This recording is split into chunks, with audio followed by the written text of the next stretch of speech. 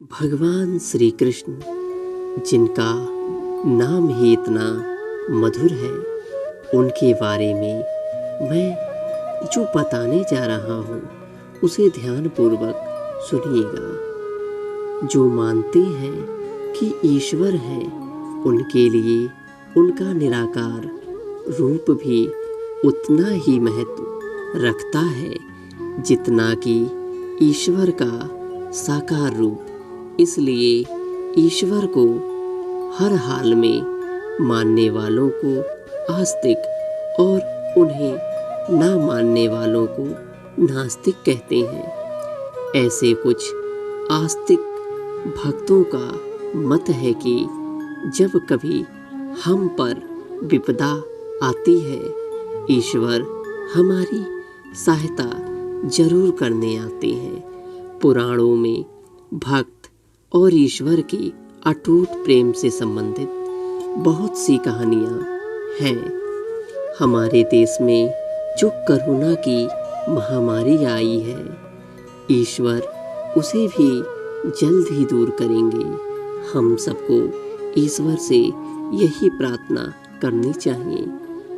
आपको मैं एक जगह की बात बताने जा रहा हूँ। हमारे देश में साक्षी गोपाल नामक एक मंदिर है।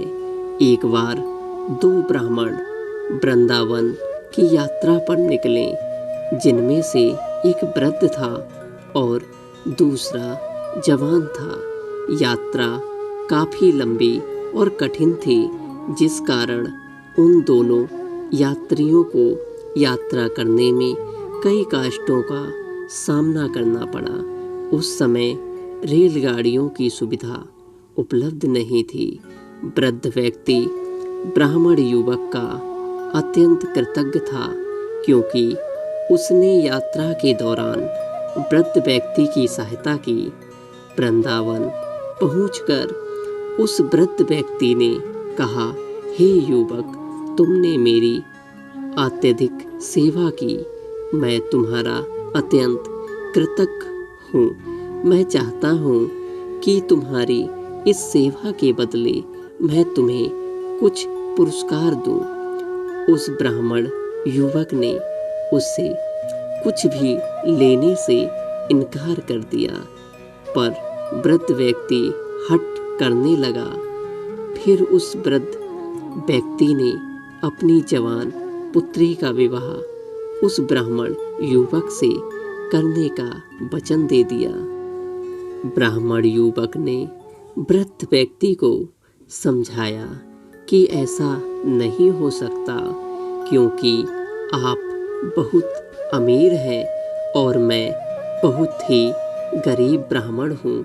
यह वार्तालाप मंदिर में भगवान गोपाल कृष्ण श्री विग्रह समक्ष हो रहा था, लेकिन वृद्ध व्यक्ति अपनी हठ पर अड़ा रहा और फिर कुछ दिन तक वृंदावन रहने के बाद दोनों घर लौट आए।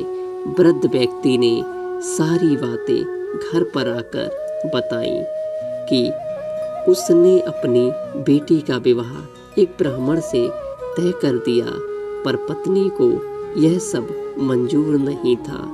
उस वृद्ध पुरुष की पत्नी ने कहा, यदि आप मेरी पुत्री का विवाह उस युवक से करेंगे तो मैं आत्महत्या कर लूंगी। कुछ समय व्यतीत होने के बाद ब्राह्मण युवक को यह चिंता थी कि वृद्ध अपने वचन को पूरा करेगा या नहीं। फिर ब्राह्मण युवक से रहा न गया और उसने वृद्ध पुरुष को उसका वचन याद कराया।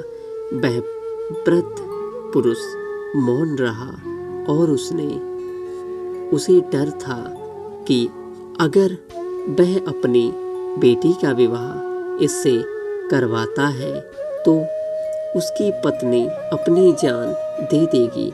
और वृद्ध पुरुष ने उसे कोई उत्तर ना दिया।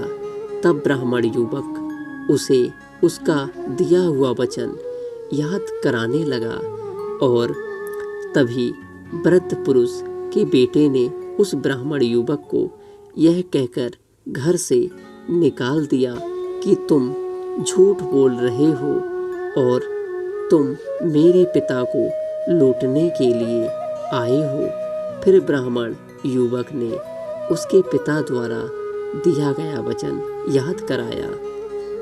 फिर ब्राह्मण युवक ने कहा, यह सारे वचन तुम्हारे पिताजी ने श्री विग्रह के सामने दिए थे।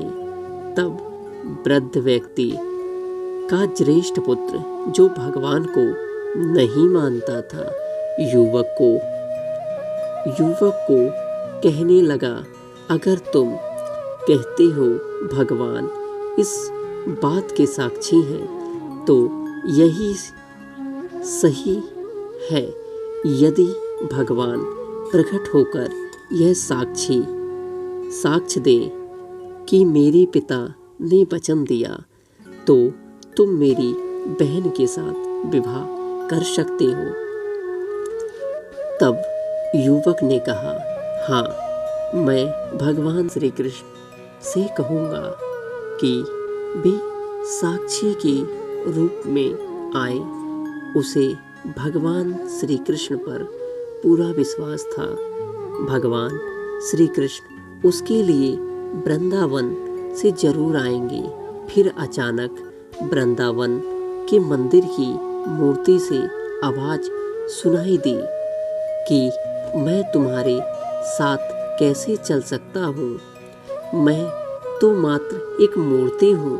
तब उस युवक ने कहा कि अगर मूर्ति बात कर सकती है तो साथ भी चल सकती है। तब भगवान श्री कृष्ण ने युवक के समक्ष एक शर्त रखी कि तुम मुझे किसी भी दिशा में ले जाना, मगर तुम पीछे पलटकर नहीं देखोगे। तुम सिर्फ मेरे नुपुरों की ध्वनि से यह जान सकोगे कि मैं तुम्हारे पीछे आ रहा हूँ। युवक ने उनकी बात मान ली और वह वृंदावन से चल पड़े। जिस नगर में जाना था, वहां पहुंचने के बाद युवक को नुपुरों की ध्वनि आना बंद हो गई और युवक ने धैर्य न धारण कर सकने के कारण पीछे मुड़कर देख लिया और मूर्ति वहीं पर स्थिर खड़ी थी। अब मूर्ति आगे नहीं चल सकती थी, क्योंकि युवक ने पीछे मुड़कर देख लिया था।